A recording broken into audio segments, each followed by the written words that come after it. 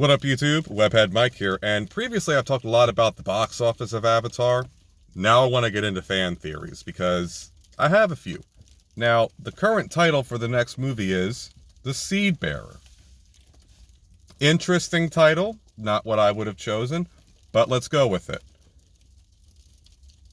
Could the Seed Bearer be Quirky, the daughter of Grace, who was born after her avatar died somehow, after Awa didn't help her when she was dying? Maybe it was part of a sacrificial plan where she could foster the avatar of Pandora in I can't say a human vessel, a Na'vi vessel, sort of. And that would be kind of like exactly what's happening in Avatar: The Last Airbender, where the Avatar is able to manipulate all four elements because they are the Earth itself in a human form. Just one thing to think about. And I look at Quirky, she has all these powers over nature. She's able to communicate with animals, influence them like Aquaman using the clear or something. That's what I see going forward. Now, we hear a lot about Earth's dying, but not much more.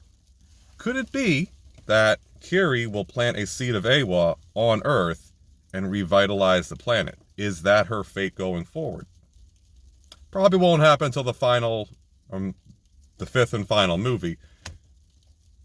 I really can't see them going beyond 5 movies, but hey, I'm never going to doubt James Cameron. Side note, one thing I will say is, James Cameron, I love the Avatar movies you're doing, but I really, really want to see Alita Battle Angel finish. I know you got other things planned.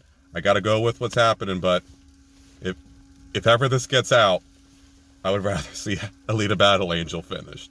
Anyway, another threat would be General Ardmore, who really didn't get much chance to be seen as a threatening or imposing figure. I mean, in the first movie, Quaritch is a badass through and through. I mean, especially in that one scene where he sees Jake Sully fleeing, calls out there's going to be a breach, holds his breath, and fires on his craft until he can no longer. Until finally someone brings him a gas mask so he can breathe. Awesome, dude. If he was in any other James Cameron movie, Quaritch would be a hero. Anyway, Quaritch is also in risk of becoming like a Kylo Ren effect happening, where we've seen him lose twice to Na'vi. So how is he going to be a threat going forward? Again, with Kylo Ren in the Disney Star Wars sequels, he got beat by Rey in The Force Awakens, got beat by Rey again in The Last Jedi, and then we see him get beaten again in The Rise of Skywalker. What a wuss. What a wimp. Now, are we going to be introducing more villains? They certainly have quite the roster to choose from. Or, now, I am also worried that they were going to put him on a redemption arc, just repeat the first movie. But what if? What if he's not joining Jake's clan?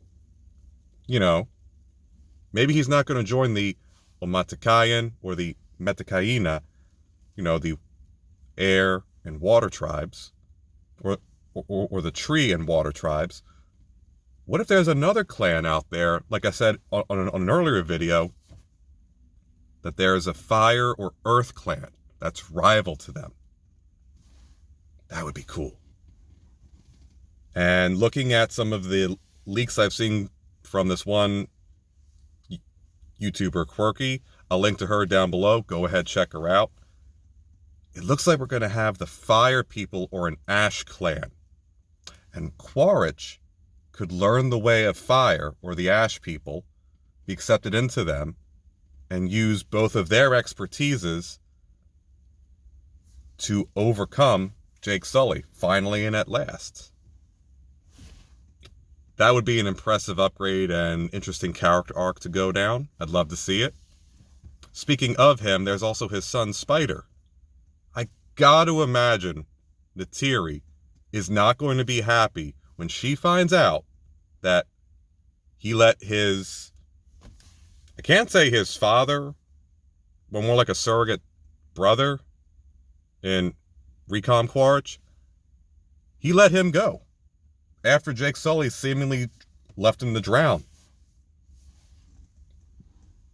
And Neytiri has lost a father and a son to this man, and how dare he spare him. I have a feeling he's going to be outcast and sent away, and maybe he'll transition into being another villain going forward. Much like how Jake's, spoiler alert, surviving son could transition into being the next, what was it for, main character and narrator of the movies going forward. So far, we've had Jake Sully in 1 and 2. Maybe we're going to transition at 3 and going forward. Because, I mean, after all, I love Sam Worthington and Zoe Saldana and all the other cast, but I don't know how long they can go at this. So I imagine James Cameron's thinking that too, and thinking, it's time to get these out. But then we've also got Sigourney Weaver playing. Maybe they can recast her. I don't know, but we have that to look forward to. But then, of course, there's the Ash Clan. Like I said, we've got a whole new roster of villains to look forward to.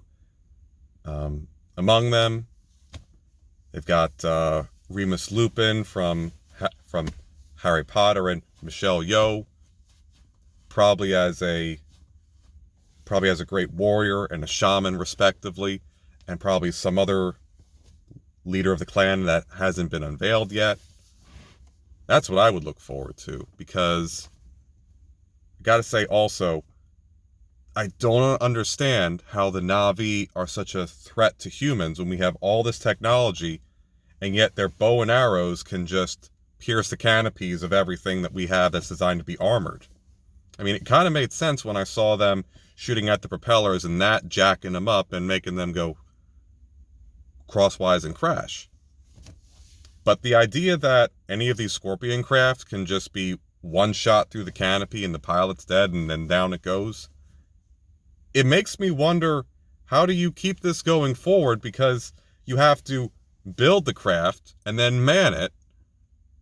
So are you constantly getting volunteers coming in and new materials being built? I know it's been 13 years, but it seems a little weird. But those are my thoughts and fan theories going forward. I thank you for watching this long. Let me know what you think in the comments below. Am I onto something? Do you see something else? I'd love to hear it, man.